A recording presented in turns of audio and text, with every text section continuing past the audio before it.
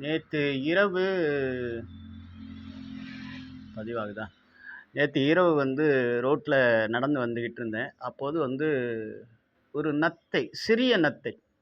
அதாவது அது ரொம்ப சிறிய நத்தை. அது பெரும்பாலும் இந்த வயல்வெளிகள்ல தான் அந்த நத்தைகள் இருக்கும். அந்த சிறிய நத்தை அந்த அதாவது கிட்டத்தட்ட 40 அடி ரோடு. அந்த ரோடை கடக்குவதற்காக முயற்சி எடுத்துக்கிட்டு இருக்குது.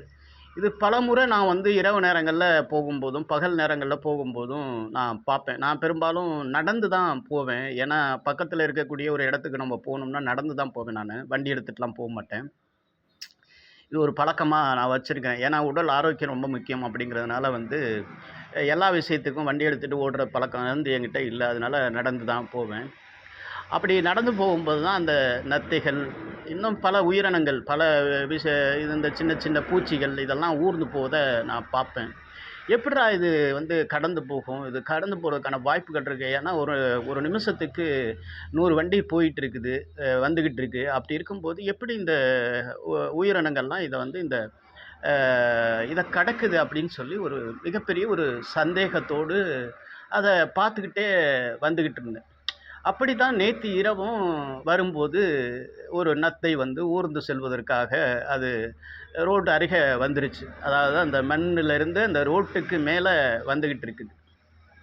இத பார்த்துட்டு எனக்கு நேத்து தான் ஒரு யோசனை தோன்றியது. எப்படி அப்படின்னு கேட்டீங்கன்னா அப்படின்னு சொன்னா, இந்த நத்தைகள் இது மாரி உயிரினங்கள் பல பூச்சிகள், புழுக்கள் இதெல்லாம் ஒரு ரோட்டையோ அல்லது வேற ஒரு இடத்தையோ கடந்து செல்லும்போது, இது கண்டிப்பாக சில இது கடந்து போகும், சில இது அடிபட்டு போகும் அப்படிங்கிறது மறுக்க முடியாத உண்மை. அது இது எப்படி ஊர்ஜிதம் பண்ணது அப்படின்னா, ஏன்னா இது நத்தை அடிபட்டுச்சா இல்லையா அப்படின்னு நம்மளுக்கு தெரியாது. ஏன்னா நம்ம பார்க்க முடியாது. அதுக்கான வாய்ப்புகள் நம்மளுக்கு கிடையாது. சரி அடிபட்டாலும் அது அப்படியே இருக்குமா அப்படின்னு தெரியாது. ஏன்னா நம்ம போய் காலையில பார்க்கும்போது தெரியாது. அல்லது மத்தியானம் போகும்போது பார்க்கும்போது நம்மளுக்கு தெரியாது. இத எப்படி இத நான் ஊர்ஜிதம் படுத்துறேன் அப்படின்னு சொன்னா, எனக்கு ஒரு யோசனை வந்தது. அதாவது காலை நேரத்தில நம்ம வாக்கிங் போகும்போது பார்த்தீங்க அப்படின்னு சொன்னா, நடு ரோட்டுல காக்காயெல்லாம் கொத்தி கொத்தி தின்னுட்டு இருக்கும். நடு ரோட்ல என்னடா கொத்தி தின்னுட்டு இருக்குது? என்ன இருக்கும் நடு ரோட்ல அப்படின்னு சொல்லிட்டு நான் பல நேரம் பார்த்துட்டு போயிட்டு இருப்பேன். அப்ப எனக்கு அது புரியவே இல்ல. நடு ரோட்ல என்ன கிடக்கும்? எத கொத்தி திங்குது? ஏதாவது பூச்சி கீச்சி கிடக்குமா? அப்படி ரோட்ல இந்த வெயில்ல எல்லாம் காலையில ஒரு 5 மணி, 6 மணிக்கெல்லாம் நல்லா இப்ப வெயில் வந்துருது. அந்த நேரத்திலயும் இந்த ரோட்ல கொத்தி கொத்தி தின்னுட்டு இருக்கே காக்கா, என்னத்த திங்குது அப்படின்னு சொல்லி யோசிச்சுட்டு இருக்கும்போது தான், நேத்திக்கு எனக்கு அந்த நத்தை ஊர்ந்து செல்வதை கவனிக்கும்போது தான், எனக்கு இந்த காக்கா பகல் நேரத்தில கொத்தி சாப்பிட்ட ஞாபகம் அப்படியே எனக்கு ரிஃப்ளெக்ட் ஆனது. அப்ப காலையில இந்த காக்காயெல்லாம் கொத்தி சாப்பிடுற ஒரு விஷயம் என்ன அப்படின்னு கேட்டா, இந்த நத்தைகள் ஊர்ந்து செல்லும்போது அடிபட்டு அது ரோட்டுல பதிஞ்சு போய் கிடக்கிறத அந்த நத்தைகள். நத்தைகள் மட்டுமில்ல, அது மாரி புழு பூச்சிகள், நெறைய பூச்சிகள்லாம் ஊர்ந்து போறத நான் பார்த்துருக்கிறேன். புழுக்கள்லாம் ஊர்ந்து போறத நான் பார்த்துருக்கேன். அதுக்கெல்லாம் பேர்லாம் எனக்கு தெரியல.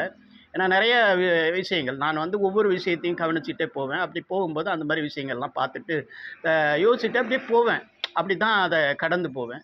அப்ப நேத்திக்கு தான் எனக்கு அந்த யோசனையே தோன்றுச்சு. காலையில இந்த காக்கா எப்படி இந்த நடு ரோட்ல என்னத்தடா கொத்தி சாப்பிடுது அப்படின்னு யோசிக்கும்போது, அப்பதான் எனக்கு ஞாபகம் வந்தது. இந்த மாரி புழு பூச்சிகள்லாம் ரோட்டை கடப்பதற்காக போகும்போது அடிபட்டு அது ரோட்டிலே அது பதிஞ்சு போய் கிடக்கும்போது, அது காலையில அந்த காக்கா உணவாக உட்கொள்ளுது அப்படிங்கிற விஷயம் நேத்து தான் எனக்கே புரிய வந்தது. அதத்தான் உங்களுக்கு பதிவு செய்யணும் அப்படின்னு நினச்சிட்டு இன்னைக்கு அத பத்தி பேசியிருக்கிறேன். இதுதான் அதனுடைய சாராம்சம். அப்ப உலகத்துல எவ்வளோ விஷயங்கள் நம்மளுக்கு என்ன நடக்குது? ஏன் நடக்குது? எப்படி நடக்குது? அப்படிங்கிற விஷயங்கள நம்மளுக்கு சில கா சில நேரங்கள் இல்ல, சில காலங்கள் கூட நம்மளுக்கு தெரியாம கூட இருக்குது. அப்படித்தான் இந்த விஷயத்த நான் பார்க்குறேன். ஏன்னா, எவ்வளோ காலங்கள் நம்ம கடந்துட்டோம். ஆனா, நேத்துக்கு தான் அது நம்மளுக்கு இது தெளிவுபடுறேன். இப்படி இப்படி ஒரு விஷயம் இருக்குது, இப்படி நடக்குது அப்படின்னு சொல்லி நேத்திக்கு தான் அது எனக்கு புரிய வந்தது. இப்படித்தான் ஒவ்வொரு மனிதனுடைய மனநிலைகளும் இருக்குது. அப்ப நம்ம ஆழமா எந்த விஷயத்தையும் யோசிக்கவும் இல்ல, சிந்திக்கவும் இல்ல அப்படிங்கிறது தான் இதனுடைய கருத்து.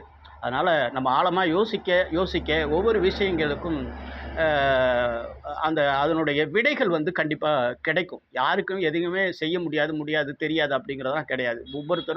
ஒவ்வொருத்தருக்கும் அறிவு இருக்கிறது. அந்த அறிவை, ஆற்றலையும் நாம் சிந்திக்க தொடங்கிவிட்டால் கண்டிப்பாக அதற்கான பலன் கிடைக்கும் அப்படிங்கிறது தான் இங்கே நான் சொல்ல வர விஷயம். ஓகே உறவுகளே, நன்றி, வணக்கம். அடுத்த பதிவில் சந்திப்போம்.